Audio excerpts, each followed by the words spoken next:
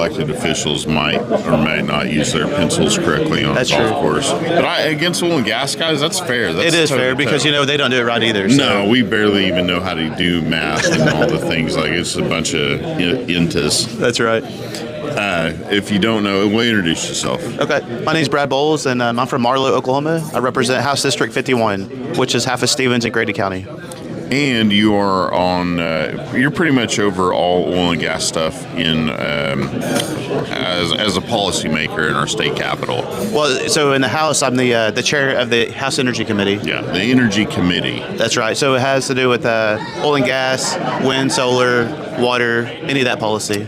Standing on the shoulders of giants like you, but we have a lot of great leaders in our industry, and you're a great leader just in your community and for us as well. But I've had a lot of people say, hey, let's just not call it just oil and gas anymore. Let's just call it energy. It's what it is. We're moving molecules. We all are. Right. And be very inclusive. Everything,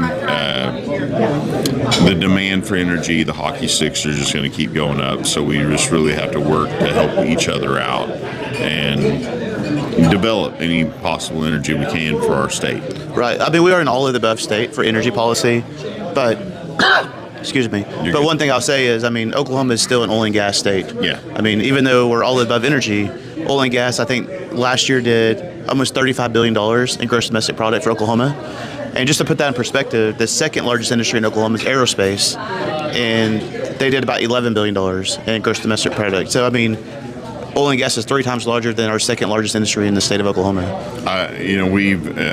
I've been to a meeting with OEPA members who came into a room of policymakers in our state. And you're very, very well educated on energy, and that's, thank goodness for our leaders. And this is a great organization that does a good job of advocating for the industry. Yep. And but for me personally, I'm the third generation of a family manufacturing business that's in the energy industry. We don't have the business anymore. We sold it a few years ago. But I'm very familiar with the ups and downs of the oil and gas industry, the cyclical economy. And just how much it's tied to our state budget. And that's right. Every single thing we do. Not just state budget, but even county budgets, local school district budgets. And so it affects so many people. Even if they don't know they're affected, you're somehow affected by the oil and gas industry in Oklahoma. As our policymakers are coming back together this year in our state, and then of course stuff is coming from the feds as well.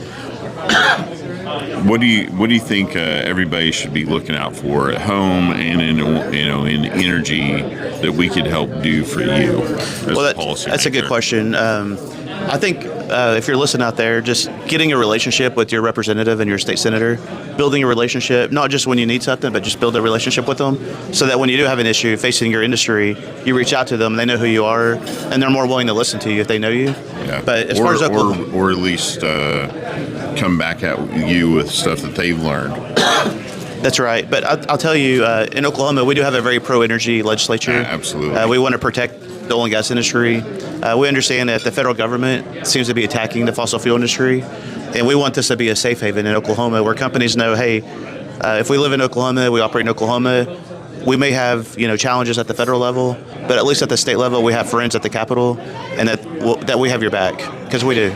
Yeah, we all feel that, and man, we're very fortunate in this state for sure. Well, thank you for what you do. God bless. Well, thanks for all you do. Oh yeah, I always enjoy following you on Facebook, on your podcast. And so you and like 3 or 4 people from Pakistan. I don't believe that. I don't believe it.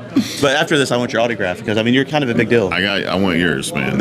Yeah, God bless your heart for doing this, and thank you OEPA for their turnout and all the energy education that they do. And you got a lot of people from our own government here to follow you over here to do this. We do. We had a pretty good turnout, and really just a good opportunity to meet with other people in the industry, hear what they're seeing firsthand, and see what we can do to help. Well, we'll follow you all the way to the top. Maybe President Boles. Yeah, right. We'll be in trouble if that happens. That'll be fine. Take care. God bless. We'll see you next time. Bye.